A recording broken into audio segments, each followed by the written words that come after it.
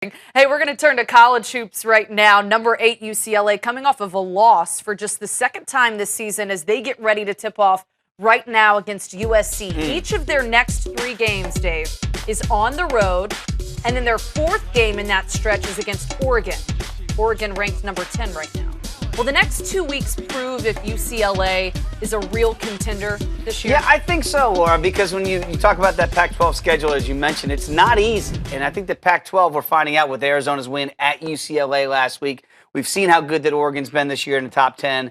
This is a legit power conference out of the Power 5. This is a legit, it's maybe not as good as the ACC, but it's damn close to it. Sure. So if UCLA, they don't have to run the gauntlet here. They don't have to win all of these games, especially the ones on the road. You can expect maybe a hiccup here. We've seen it this week with 1, 2, 4, and tonight 6 going down, with Florida State losing at Georgia Tech. It's going to happen in conference at places you might not expect.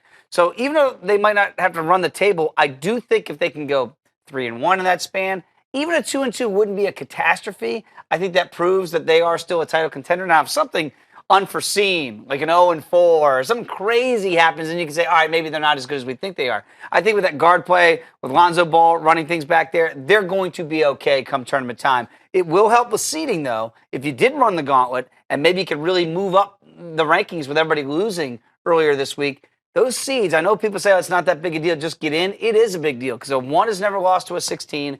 2s traditionally don't lose to 15s. And if you can get an early, easy win instead of a 3-14 or a 4-12 matchup, that's when things start to get a little bit dicey and you see those tournament upsets.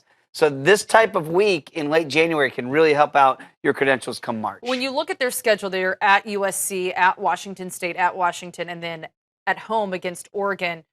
Who do you think is going to give them trouble? Oregon, obviously, but I like the fact they're going to get them at Pauley Pavilion, so advantage UCLA there. The at Washington game is the one that would scare me just a little bit. So, because it might be sleepy. Maybe you run through, you get through the first 2, and then it's the 3rd time on the road in a row, and it's like, okay, get me back to UCLA, get me back to Los Angeles, and then you're going up there to Washington. Not an easy place to play. If I saw an upset happening on the road, that's where I'd probably see the biggest stop sign right there in the win streak.